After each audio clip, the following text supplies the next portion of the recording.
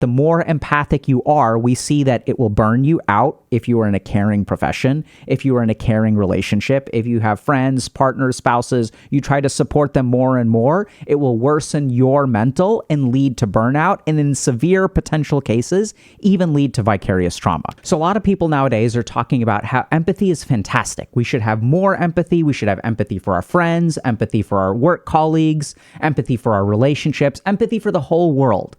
And the more empathic we are, the more emotionally available we are, the better it will be. There will be articles on this everywhere I look. So articles in Harvard Business Review, and you'll even have people like this, like psychiatrists on the internet, who will talk about how being more empathic will benefit you and isn't even about helping other people.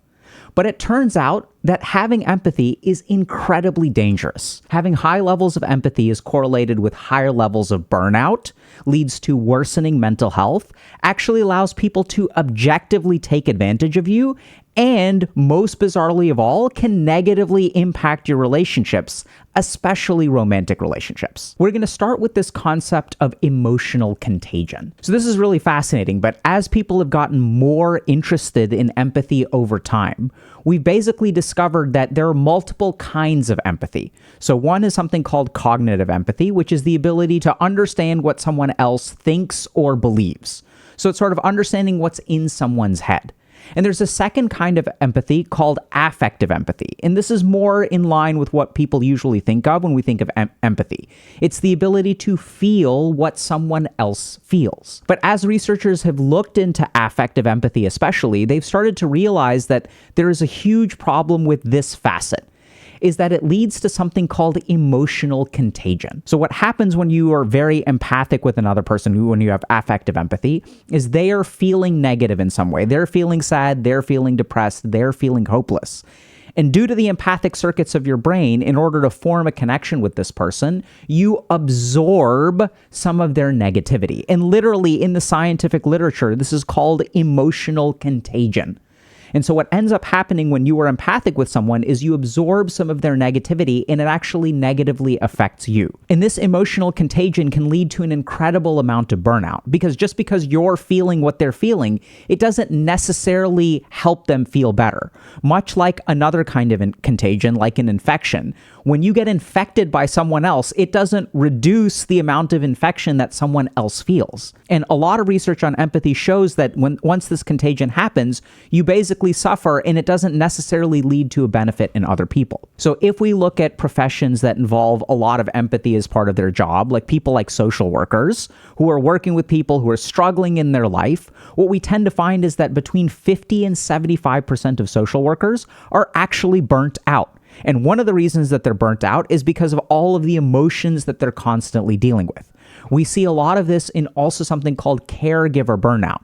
These are not just professionals, but when you have someone who is taking care of someone else. So you have a family member or friend who is struggling a lot.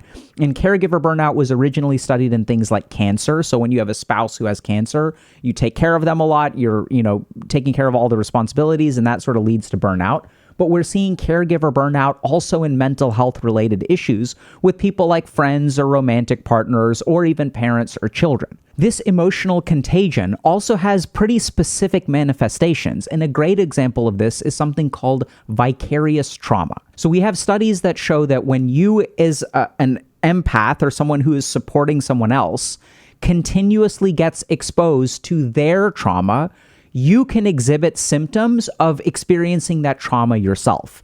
This is why we call it vicarious trauma. It's as if you were traumatized through simply having an empathic connection with someone who is traumatized. Now, this is an evolutionary thing that probably it helps us in some ways. So we know that, for example, parents experience this with children who are sick or injured in some way. In those kinds of situations, it's probably pretty helpful.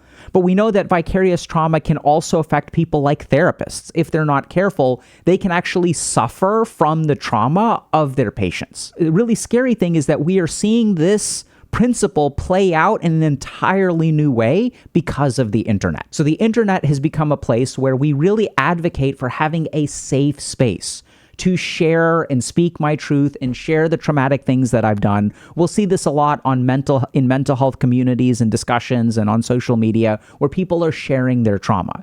And what's happened is really interesting. Even though we want the internet to be a place where you can share your trauma and we want to accept you and help you heal and all that good stuff, on the flip side, we have people getting triggered by trauma dumping. And it's like, bruh, you're trauma dumping. I can't handle this right now. And I think what we've sort of figured out is in creating some of these safe spaces, we've gotten people who will essentially vomit their trauma, and then that negatively affects the audience, the person who's listening. And there's research to back this up. And I'm even seeing this in a very, very new way, which is almost trauma through repeated social media exposure. So it's almost like vicarious trauma that is experienced through social media. So if you look at social media, what you'll see is that there's a lot of really terrible stuff that we get exposed to. And the better of a person you are, the more likely you are to expose yourself to traumatic things, right? Because you care about these people, these refugees, these people who are starving, these people who have been taken advantage of, victims of different kinds of violence and oppression. And we want to spread awareness, and we want to help people understand, and we want to share what's going on, these tragedies, because we as a world should do something about this. And so the kinder you are, the more empathic you are, the more that you expose yourself to this, I am seeing something very scary, which is vicarious trauma through social media. And we're seeing evidence of this. The U.S. Surgeon General recently put out a beautiful op-ed where he was advocating for putting a warning on social media platforms for the dangers to mental health. So as you're empathic, it can actually lead to a social media-induced vicarious trauma that damages you and will worsen your mental health. This is all a roundabout way of saying that the more empathic you are, we see that it will burn you out if you are in a caring profession, if you are in a caring relationship, if you have friends, partners, spouses, you try to support them more and more, it will worsen your mental and lead to burnout, and in severe potential cases, even lead to vicarious trauma. So that's the first danger. But it gets better. So it's not just about absorbing the emotional contagion of other people. It turns out that the more empathic you are, the more likely you are to be taken advantage of. And if you're someone who's a highly sensitive person, if you're someone who's very empathic, you've already figured this out, that people take advantage of your kindness. They create these double standards where you understand the pain that they're going through when they get dumped, and so you're there for them, you're supporting them, but when the situation is reversed and you need support, they're so callous that they don't actually bother to help you. They're like, I don't have time for this. They set limits with you, but are upset when you set limits with them. And if this is kind of the experience of a lot of people, what a lot of people will say is, oh, it's your fault, right? This is all in your head. You need to get better at setting boundaries. Things are way more even. This is the callous person that you're friends with will say, no, this is actually 50-50. You just don't realize it. So it turns out that there are studies, fascinating studies, that actually demonstrate very clearly that the more empathic you are, the more likely you are to be screwed in life. So I'm going to share one of these with you, okay? Super cool study. So in this study, it requires a couple of different things. So we have two people, okay? And we have, let's say, $100. And in this experiment, what we do is we give the $100 to one person. And we say to person number one, you have to divide this $100 into two groups. And then you have to offer one of these amounts to the other person. If the second person accepts the way that you split the money, both of you get to keep the money the way that you split it. So if I give you $100 and you decide, okay, let's say it's me and you, okay? So let's say I have the $100, okay? And I'm going to split it with you. So I say, okay, I'm going to take $50 and you take $50. Do you accept? If you accept, you actually get the $50 and I get the $50. If you do not accept, neither of us gets money. That's the way that the experiment is designed, okay? So what we discover is that most people, if you have a relatively normal amount of empathy, will split things 50-50 because that's fair, right? I get 50 free bucks, you get 50 free bucks, it's all good. The second that you add a little bit of sociopathy into the mix, things start to change because here I'm a sociopath, right? And so I'm thinking to myself, well, this is like free money either way. So what I can do is I can say, how about 60-40? I get 60 and you get 40. If this person rejects it, they get nothing. And if they accept it, they at least get 40 free bucks and I get 60 free bucks. Even though it's not even, you are still benefiting. And I'm willing to give you an unfair trade, knowing that if you turn down my unfair trade, we both get screwed. So I'm going to take advantage of this fact by splitting up the money in an unfair way. And what we find is that people will even split things. If you're a real asshole, you'll split things 90-10. Okay, Dr. K, here's $100. I'm going to keep 90 and you take 10. If you want to turn it down, go ahead and turn it down. None of us gets anything. You're going to lose out on $10. And if you turn down the trade, I may lose out on 90, but you're going to lose out on 10. It's just free money. Just take the trade. I'll keep 90, you take 10, right? It's like win-win for both of us. So the more antisocial you are, the more likely you are to split things unfairly. Hey y'all, if you're interested in applying some of the principles that we share to actually create change in your life, check out Dr. K's Guide to Mental Health. It combines over 2 decades of my experience of both being a monk and a psychiatrist, and distills all of the most important things I've learned into a choose-your-own-adventure format. So check out the link in the bio and start your journey today.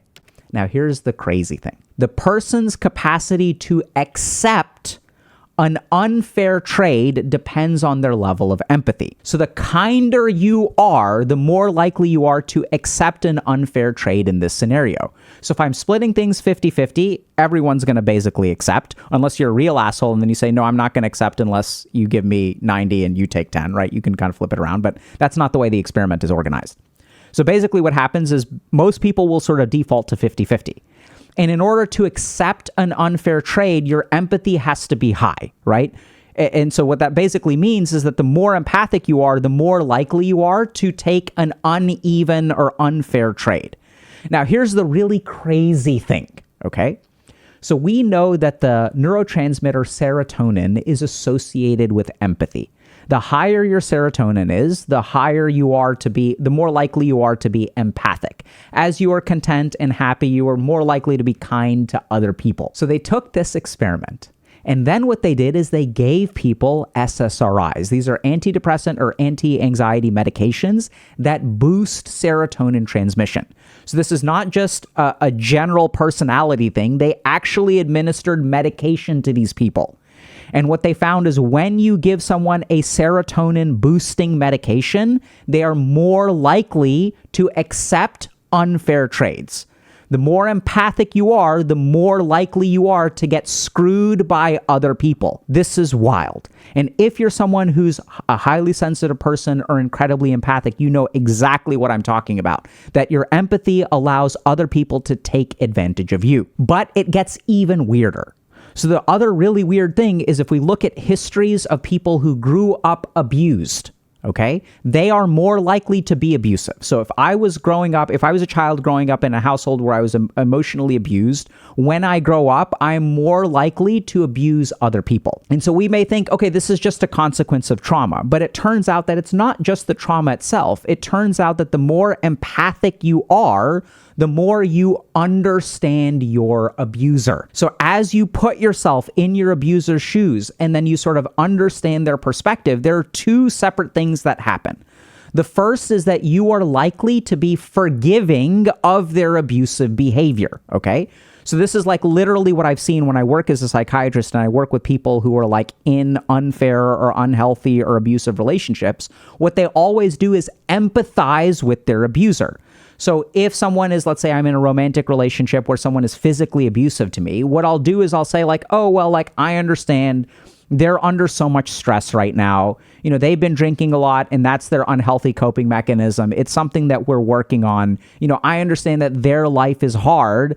I understand why they would be like short-tempered. I understand why they would get angry. I understand that they grew up in a household where people were physically abusive to them. The more empathic I am with them, the more likely I am to be forgiving for their bad behavior, tolerant of their bad behavior. I empathize with my abuser. In the most severe cases of this, we see something called Stockholm Syndrome, which is pretty famous, but this is when someone gets kidnapped and is controlled, they start to have positive feelings towards their abuser. And it appears that this is all mediated by empathy. Now, it gets even weirder than that. It turns out that the more empathic you are, if you associate with people who are sociopaths, the more sociopathic you will become. There's a study that looks at this very specifically. So they took a group of people, gamers, and they had them play a video game. And in one video game, they play a character like Superman. And in another video game, they play a character like the Joker. So they play like literally, you can play as a good character or you can play as an evil character. So you play the game for a while and it's whatever. But then they did something really interesting. After someone finished playing the game, they tested their capacity for empathy. And they found that whichever character you play actually shapes the way that you then interact with the world. So they discovered a couple of things. The first is that if you played as the Joker, you were more likely to endorse violent solutions to problems. So when you play Superman and someone's like, is it okay to, hit someone in the face if they're fucking annoying you? And people who play Superman are like, nah, that's not okay. But if you play the Joker, people are more likely to say, yeah, it's okay to use violence. Violence is more justifiable and more likely to be a course of action that is acceptable. But it gets even weirder than that. It's even at the very, very minute level. So what they did is they took the people who played Superman, they took the people who played the Joker, and they asked them to look at neutral facial expressions. So it's just a facial expression that's neutral. And people who played Superman would look at this facial expression and say, this person is neither angry or happy, they're not upset, they're not thrilled, they're just chilling, they're vibing, they're neutral. But people who played as the Joker are more likely to interpret neutral facial expressions as being hostile or negative in some way. So when we sort of act out or empathize with some kind of abusive or negative figure, it changes the way that we perceive the world, and it changes the way that we believe things are justified or not justified. Absolutely wild, right? And this is not just one study I'm telling you guys about. This is one study that has also been backed up by a lot of other studies. And then the third thing that they measured was how kind these people are after playing this video game. And what they sort of discovered is they would ask people how much money would you donate to a good cause? And people who play Superman are more likely to donate to a good cause, whereas people who play the Joker are less likely to donate or would donate a smaller amount. So it appears that being empathic towards an evil figure in some way actually literally changes the way that we perceive the world, changes what we think is justifiable or acceptable, and literally alters our own kindness behavior. The last thing that we're going to talk about is super wild because a lot of people think that empathy is a net positive for a relationship, including this guy. But it turns out that empathy can actually be damaging for a relationship. And once I explain this to you, I hope it makes sense because once I understood it, it clicked for me so beautifully. So let's say you're early on in a relationship. You're not really committed to each other yet. Y'all have been talking a little bit. You've gone on maybe 2 dates. Now, let's say you're highly empathic, okay? And so early on in a relationship, y'all are not deeply in love. Y'all are kind of like, I don't know if I like this. I don't know if I don't like this. This person is good in this ways. These are a couple of green flags. These are a couple of red flags. And so the more empathic you are, the more sensitive and accurate you are at judging your partner's unhappiness. And let's think about what that would do. If I've gone on 2 dates with you and I recognize that you are unhappy with these qualities, you don't like me for these reasons, maybe you find someone else attractive, and there's studies that show that people who are highly empathic early on in relationships accurately judge when their partner is attracted to someone else. Okay. So someone's like, hey, do you think that girl is pretty? Do you think she's pretty? And I'm like, no, I don't think she's pretty. But if you're highly empathic, you know that I'm bullshitting. You can read what I'm sort of really experiencing. You feel that empathy because your empathy circuits are strong. You're a mind reader, and you actually recognize that I do think that chick is attractive. So what impact do you think this has on relationships? Studies actually show that a high level of empathy early on in relationships can actually sabotage the relationship and prevent it from progressing because you are accurately able to detect someone else's unhappiness. And remember, because of the principle of emotional contagion, when you detect that unhappiness, you also feel that unhappiness. So what that means is that if your partner is unhappy, you are able to accurately read that and you become unhappy. So let's take 2 scenarios. One where one partner is slightly unhappy and you're actually having a great time. The second person's like totally chilling, totally vibing. We're enjoying this. It's 2 dates in. Let's see where it goes. If they are not empathic, and there's a term called mind-blindness, if they are more mind-blind, they are oblivious to their partner's dissatisfaction, which means that their partner can kind of like work themselves through it, right? Just because I'm attracted to someone or just because I'm unhappy with something doesn't mean I'm going to break up with someone. I may need to work through it myself. I may need to let go of my ex. I may need to go to therapy myself or work on my confidence or whatever. So in one situation, you have one unhappy person and one happy person. And it turns out that if you have one happy person and one unhappy person in a relationship, that relationship is more likely to succeed than if you have one unhappy person, emotional contagion, and then a second unhappy person. Which relationship do you think is more likely to succeed? One with an unhappy and one happy person where they can maybe work through things, or a relationship where both people are unhappy? So it turns out that we have studies that show that having a high level of empathy actually sabotages your early relationships.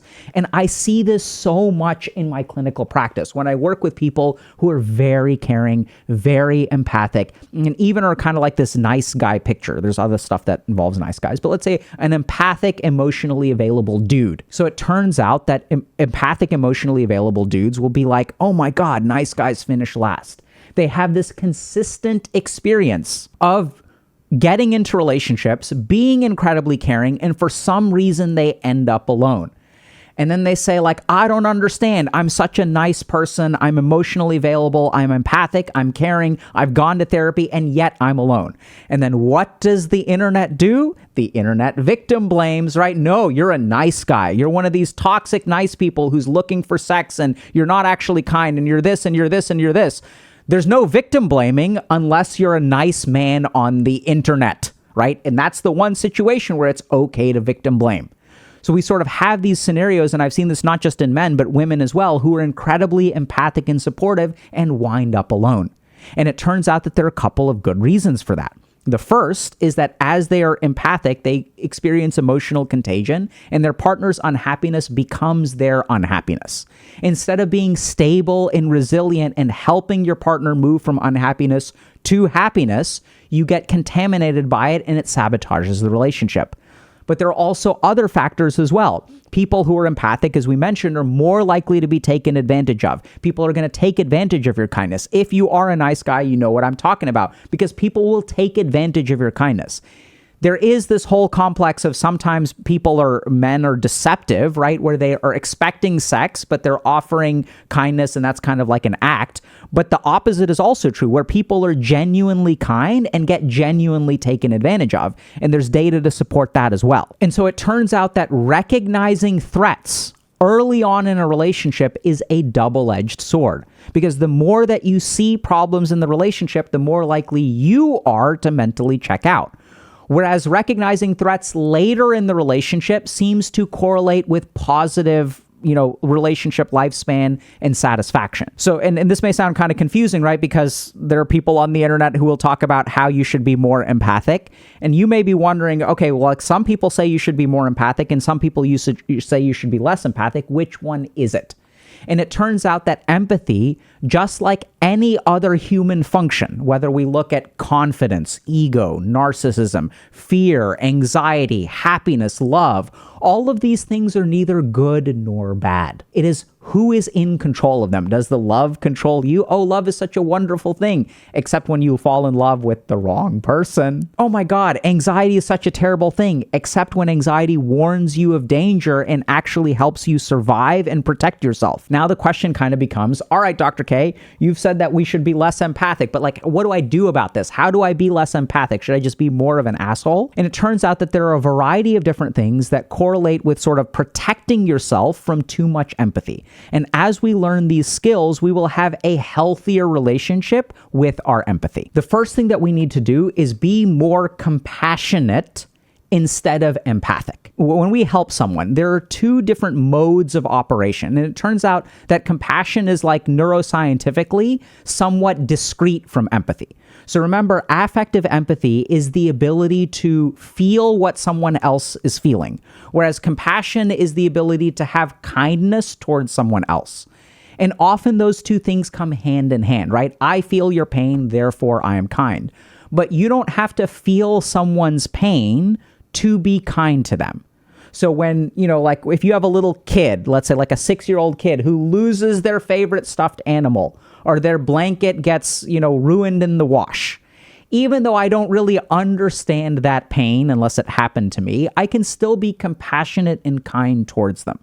What we sort of discover, especially if you're a psychiatrist or therapist, is that you can have compassion towards your patients without being caught up in their emotions. And this is where I think a key thing to understand is recognize that you don't have to feel what you feel in order to be kind. You let them stay over there, and you can exhibit kindness towards them without becoming one with them. And the problem with empathy is that it causes two of us to fuse.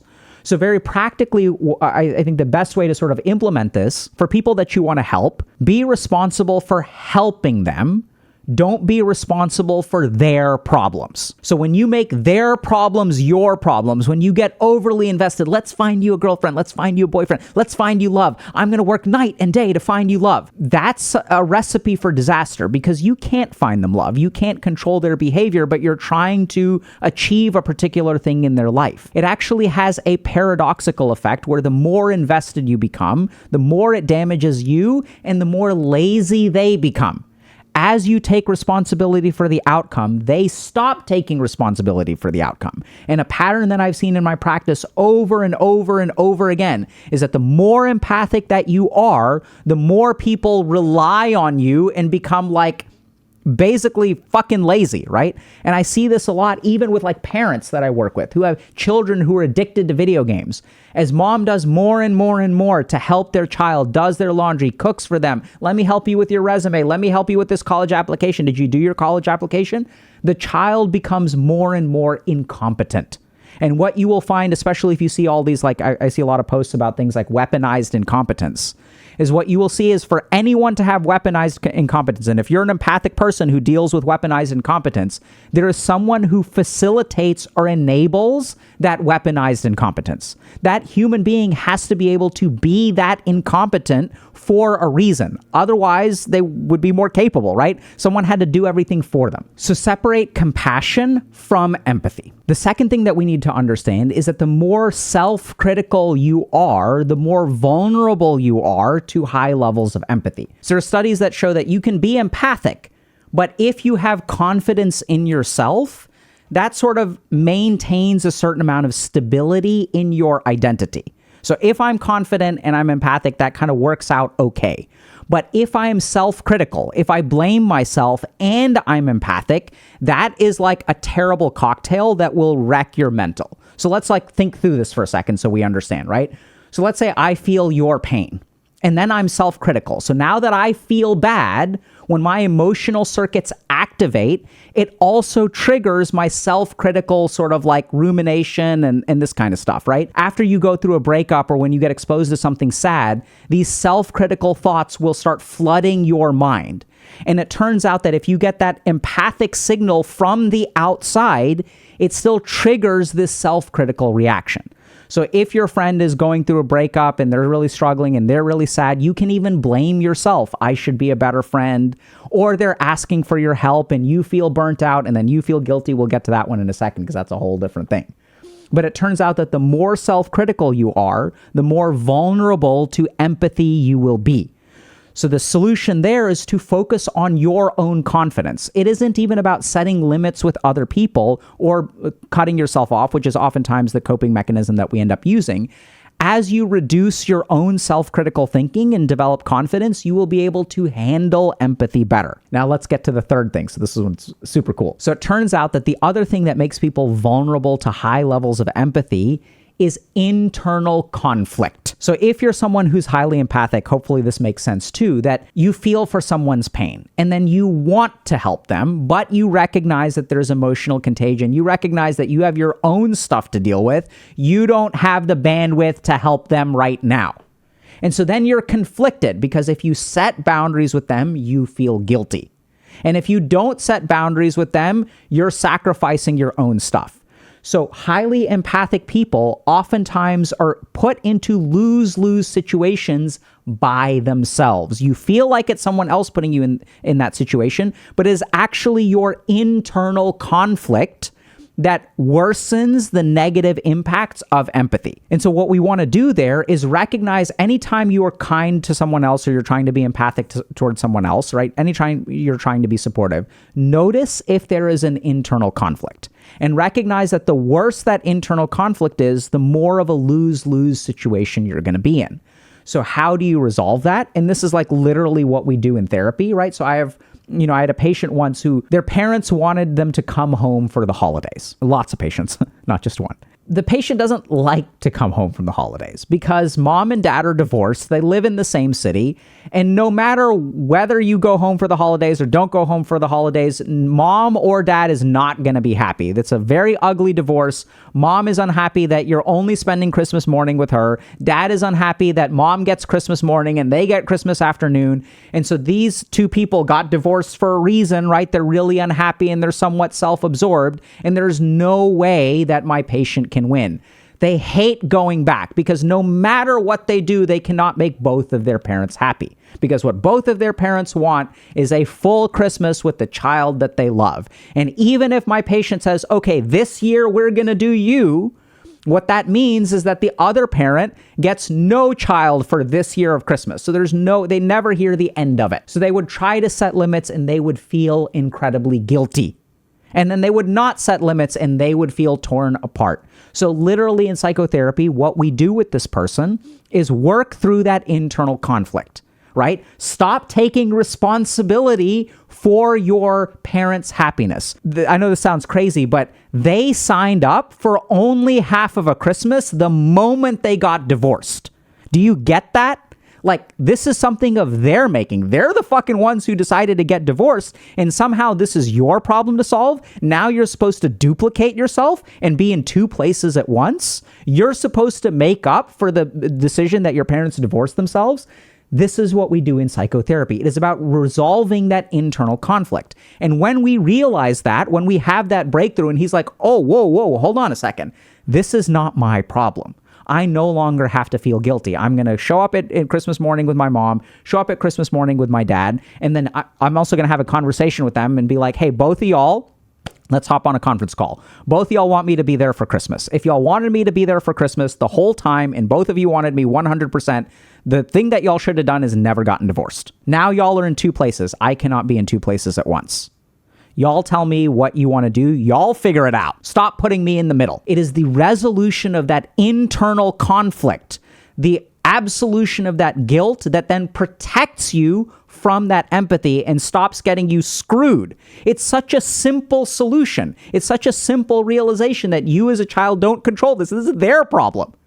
And yet the more empathic we are, the more we adopt their point of view because their parents are mad at each other. So I'm going to accept their framing of the problem. So this is something that you'll have to be incredibly careful about, that everyone is talking about the benefits of empathy and how we should be more empathic. And all I'm looking for is someone who is very empathic and supports me and loves me. And if they can't handle me at my worst, they don't deserve me at my best. And since I'm entitled to them handling me at my worst, I'm going to just be my worst all the time, right? Because that's their fucking problem now. And there you are accepting it. You're like, yeah, I want to be a good boyfriend. I want to be a good girlfriend. I should be emotionally available. I should be empathic. I should be supportive. Because if I'm not, I feel guilty. And then that tears me up inside. And I don't want to feel guilty because that makes me a bad person. So I'm going to help them and I'm not going to set boundaries with them and I'm going to let them walk all over me. Doesn't work. So be very careful about empathy. Recognize that it can damage everything from your relationships to your self-esteem to having you even experience vicarious trauma. And learn to set some of these limits. Otherwise, you will go absolutely insane. And then everyone around you who cares about you can go insane with you.